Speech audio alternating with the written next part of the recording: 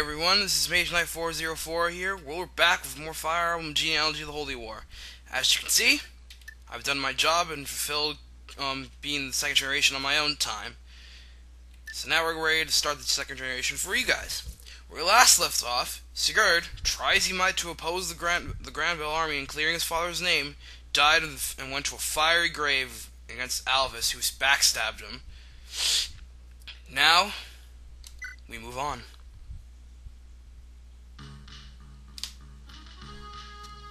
The intense battle over control of the capital sent most of the powerful lords to their grave. Why isn't Quan there? Goddamn! Only Lord Alvis' plan went without a hitch. I successfully gained full control of the kingdom. After overthrowing the two opposing kingdoms, Celice and Leinster, Lord Alvis unified the continent. And with the overwhelming support of the people, he became the first Emperor of the Grandbell Empire. 17 years since the Battle of Barhara. Check out his manly face sprite. The people who once enthusiastically welcomed Emperor Alvis were now experiencing extreme hardship under his oppressive rule. And the surrounding nations, which fell under the Empire's rule, the people were forced to live in slavery like conditions.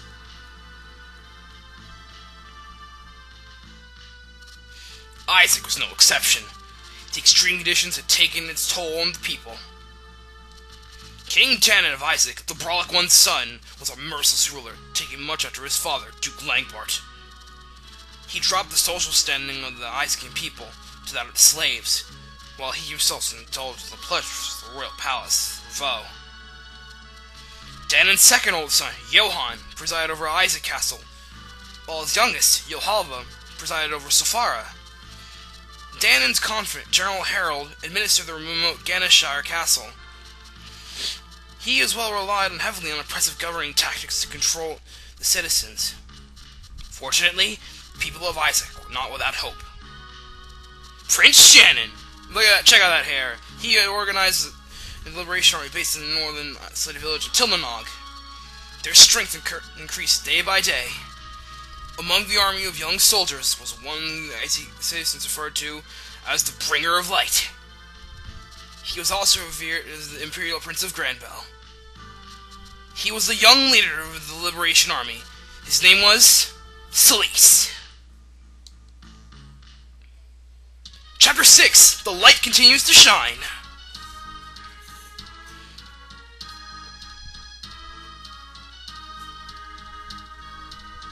At Ganeishire,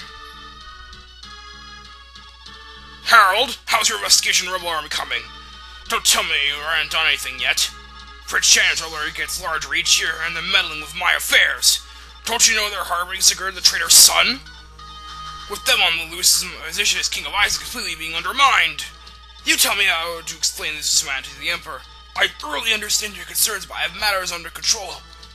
We've located the rebel army's hideout, and I have already dispatched forces to subdue them. They have nowhere to run now, so you can sit back and relax as we eliminate the threat. Well, we'll see, but listen closely, Harold. Do not underestimate them. The problem isn't with the younger rebels, it's with Oifaye and Shanan. You overlook those two, and the complication will be far-reaching. Yes, I understand. My information that both Oifaye and Shanan are presently away from the rebel hideout in Tilnanouge. What? Then what are you waiting for? Order your men to attack! The Isaacians have made the rebel army out of the Liberation Army. They're treating them like heroes. I think it's time to teach them a little lesson. Harold, kill every last one of them. I'll be back in Revo waiting your good news.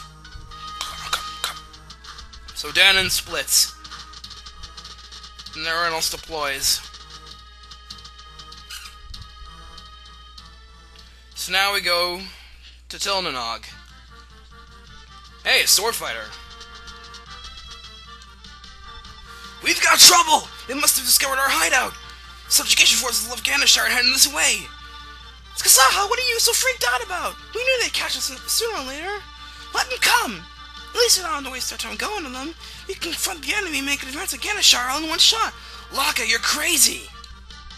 Prince Shannon's still at each shrine, and Oifaye hasn't made it back either.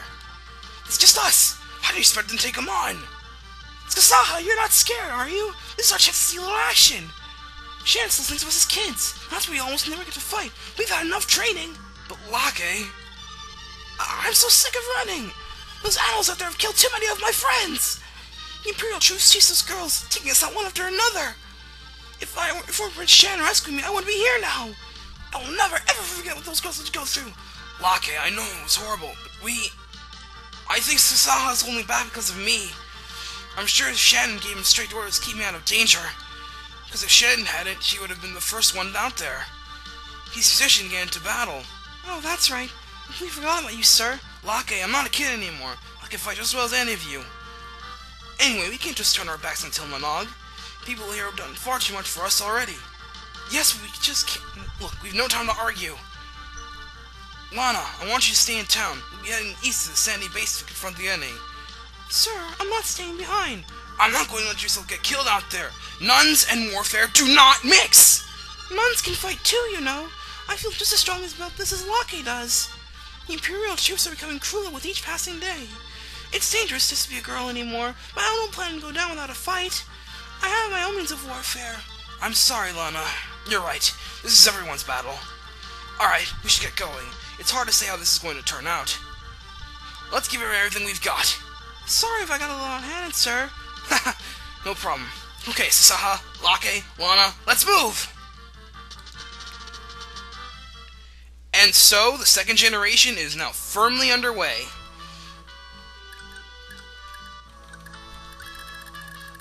And we're already ready to go. I introduce you Celice, Sigurd and Deidre's son.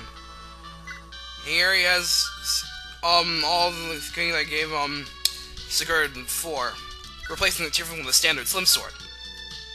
He has Pursuit and Hill, and Major Baldo and Minor Nargablood. That's a programming error when you see those two leadership stars. Celice is supposed to have 3. Because it saves the data of Sigurd's 2 and carries over to Celice. But to fix this, you save your game.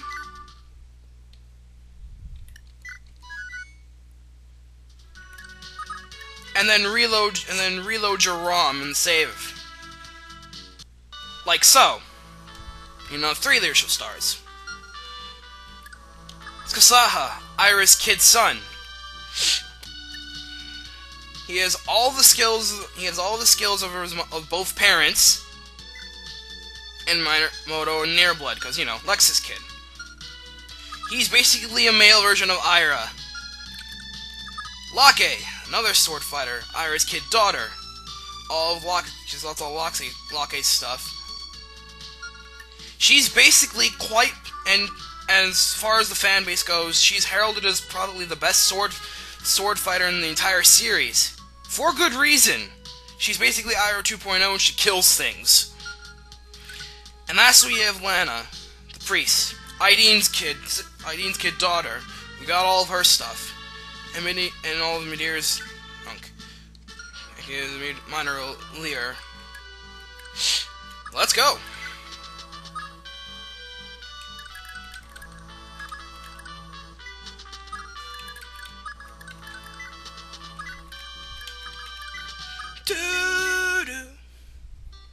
Lakche, are you okay? Yeah, I'm managing. Well, take it easy, alright? We don't need you filling any of your stunts out here. I'm not a child! You don't have to speak to me like that! Prince Shanan tells me you've got an iron will just like our mother did. Aira! Yeah, I have no memories of it whatsoever. How about you, Skasaha? Of course I don't remember anything. You forget we're twins or something? We weren't even 2 years old yet at the time. We fled to Isaac with Oifaye. She never showed up. Maybe she didn't survive the Battle of Barhara after all. Skasaha, you promised never to say that! She is alive! Won't you ever let me catch you saying that again? Sorry, Lakche. Yeah, I shouldn't have said that. That conversation gives Lakche +1 luck.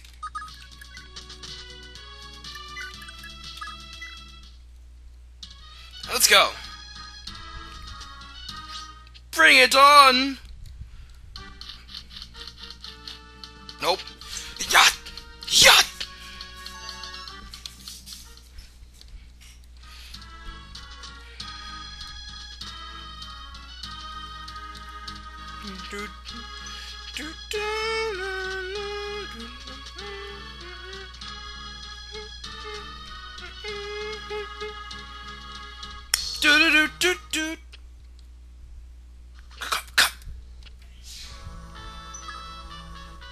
I think I'll call this a video for now.